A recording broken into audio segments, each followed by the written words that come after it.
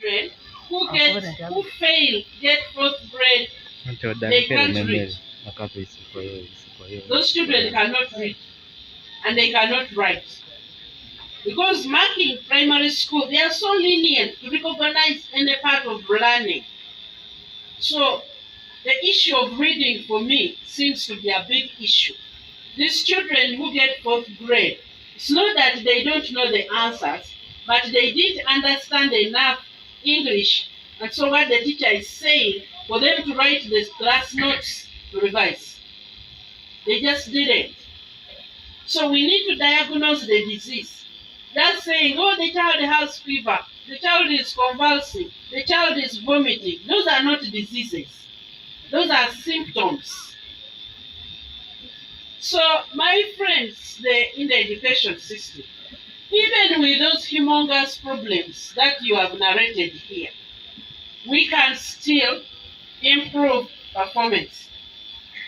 Education made Musenero what she is now. And I got that education from Kodiri Primary School and Kalalaka Primary School. Had those schools failed me, I don't know what I would be. You'd never hear of a minister called Musenero. But we are failing these children. Because the children are not the determinants. It's you, the parents, it's the teachers, it's the leaders, it is us, the community around them, who are not paying sufficient attention. The Bible tells us there is foolishness in the heart of a child. But what drives it out? The reverence. What drives out the foolishness? The rod of discipline. It doesn't always mean the stick. But when there is no government in the in the life of a child, most of our children don't have government. The parents are at home, there is no government. So a child can decide, 10-year-old can decide, I don't want to go to school. And nobody cares. If I had tried that, those guys would have killed me. My parents, they would have killed me. Would have called the whole clan and put me lie down and give me sufficient smoke. My teachers, Mr. Mayen at school, the head teacher of Kalalaka, they would just come home and pick me, drag me back to school. So the children who are growing up without government, there is no government at home, there is no government in the community. How do you pass a child who is supposed to be in class, whether that's your child or not, and they are playing or they're in the training center and you go? I call myself a universal parent. I used to stop on that ring road these days because these men in the car don't stop me. But I see children at the road during school day. I stop. I arrested a parent there in Usoga. I arrested the parents because the community, we must care about these children. A time will come when they will say thank you. But right now, there is foolishness in their hearts. They are blind to what the future has. That's why the children have been entrusted to a parent and to a community. If we leave them on their own to decide, because one of the things that made me call the chairman and tell him we need a stakeholders meeting was to see the numbers of candidates sitting per school. How do you have a whole school like a Petete primary school sit around 20-something students? And then maybe Kalalaka is the one I have the data. 24, 23 students in this community where we have such a high population of children. Where are the children? We cannot sit here and simply say, early pregnancy, what, because this is a real problem. It's like a snake has entered your house and you're just saying, the snake entered, there was a hole at the beginning, now we don't know what to do. Is that what you will do? No, let me tell you, your children, because for you are struggling for your children, the people here, you are struggling to make sure that at least the Kabesti primary school, private, which is here, is where you take your child. Your children, those ones, will never inherit what you have here, because those children are going to become thugs. The ones who are not going to school, they are going to make the life of your children unbearable, because the land is no longer there. So we can't say they will cultivate.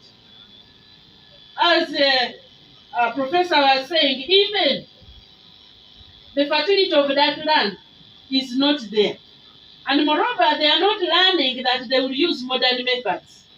They will make the lives of your children unbearable in this community.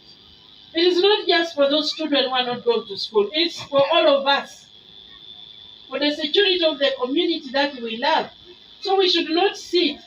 The Mgwele says, it's like you sit on yourself and say, it is somebody else's what? Problem. No. It is all of us, our problems. Even us who drive, we will have to invest double in security. Right now, I'm a minister. I have security. When I stop, those children who don't have an income, they will become highway robbers. And they will make our lives impossible. So we need to care. We need to take this personal.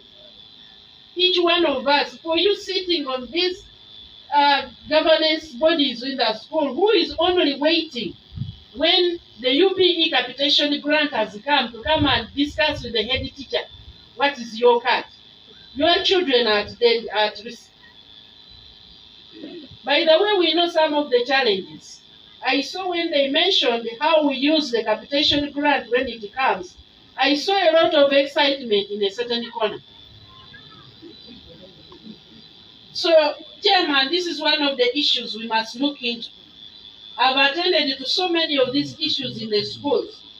Schools where primary school teachers in government don't want to teach. It is because they feel there are a few people who are eating this money which comes to the school. Am I correct? There are a few people who sit, they divide the money. When they need scholastic materials, they are not there. They also feel they sit there, they thought they could take at least a cup of tea for even 1 month in the term. But it is not there. And so they feel like, okay, the lady teachers sit under the mango tree breastfeeding their children, while the other ones are running around untaught. We need to go down to the issues which are affecting the schools.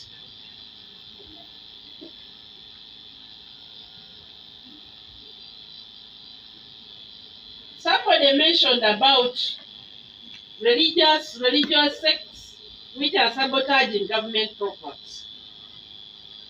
Universal primary education is a government program, and it is the law. Anybody who has a religion that is stopping children from going to school, that religion is not fit to be in our nation. And RDC and your team, we need to deal with them. You are systematically creating families of illiterates. Systematically. Because it is very obvious, anybody who has been educated, the level of wealth is proportionate. So you are systematically creating poor people. I don't know anywhere Jesus taught such. So those sabotaging education under the pretext of religion, please go and adjust your religion. Remove that requirement because it is a government program. Remove that requirement from your religion.